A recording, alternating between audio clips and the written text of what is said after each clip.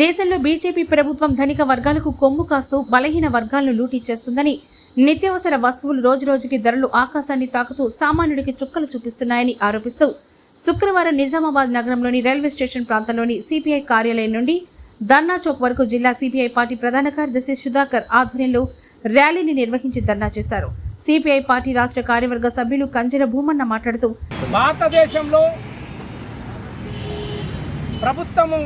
BJP ప్రభుత్వం అధికారంలోకి వచ్చిన తర్వాత ప్రజలను ఆదుకుంటామని చెప్పి ప్రధానంగా దోపిడీ వర్గాలకు ఊడిగం చేస్తూ వ్యాపారస్తులతో కుమ్మక్కై ప్రజలు నిత్యం కొనుక్కుంటున్న సరుకులను విపరీతంగా పెరుగుతున్న అరికట్టడంలో కేంద్ర ప్రభుత్వం విఫలమైంది.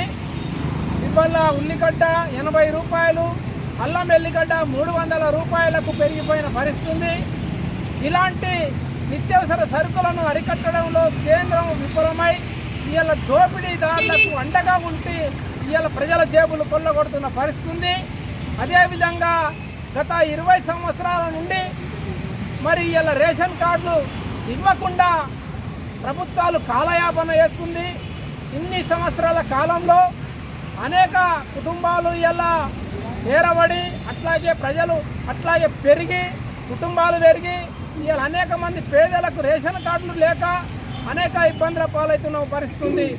ఇలా ప్రభుత్వం అందరూ ధనికులే అనుకుంటుంది, కానీ 80,000 కోట్ల మందికి ఇలా 5 కిలోల బియ్యం ఫ్రీగా ఇస్తుంది. ఇలా పేదరికం ఎక్కడ పోయింది? అందుకోసమే పేదరికం ఇవాళ భారతదేశంలో విచ్చలవిడిగా ఉంది. దీన్ని అరికట్టాలంటే నిత్యావసర సరుకుల ధరలు తగ్గించాలి. అదే కాకుండా ప్రజల కొనుగోలు శక్తిని పెంచాలి. అది కాకుండా ఇవాళ రేషన్ కార్డులు అందరికీ ఇవ్వాల్సిన అవసరం ఉంది. ఇది ప్రభుత్వం నిర్లక్ష్యం చేస్తుంది. ఎన్నికల్లో ఇచ్చిన హామీ మేరకు ఇవాళ పేదలందరికీ గుర్తించి రేషన్ కార్డు ఇవ్వాలి.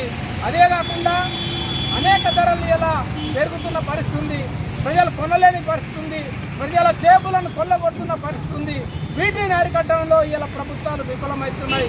అది కాకుండా గత 5 రోజుల నుండి రాష్ట్రంలో ఆంధ్రప్రదేశ్లో కానీ ఇక్కడ కానీ మరి అనేక వర్షాలు పడి వరద బాధితులు విపత్తుగా ఇవాళ అనేక ఇబ్బందుల పాలవుతున్న పరిస్థితి.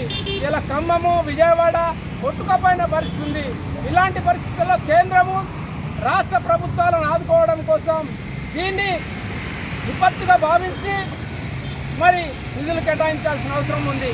నేటికి కూడా ఎలాంటి మరి చర్యలు చేపట్టకపోగా మరి ఇవాళ కాలయాపన చేస్తున్న పరిస్థితి. అందుకోసమే కేంద్రము వెంటనే రాష్ట్ర ప్రభుత్వాలను ఆదుకోవడం కోసం ఇలా నిధులు కేటాయించాలని, మరి ఈ విధంగా దేశవ్యాప్తంగా ఇలా సమస్యల మీద భారతీయ కమ్యూనిస్టు పార్టీ మరి 1వ తారీఖు నుండి 7వ తారీఖు వరకు నిరసన కార్యక్రమాలు చేపట్టాలని ఇచ్చిన పిలుపు. అందులో భాగంగా నిజామాబాద్ జిల్లాలో కూడా ఈరోజు ఈ కార్యక్రమం నిర్వహిస్తున్నాం.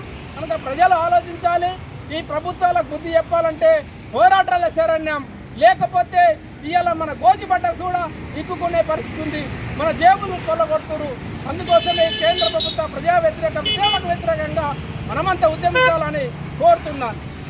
కార్యవర్గంలో సిపిఐ నాయకులు, కార్యకర్తలు తదితరులు పాల్గొన్నారు.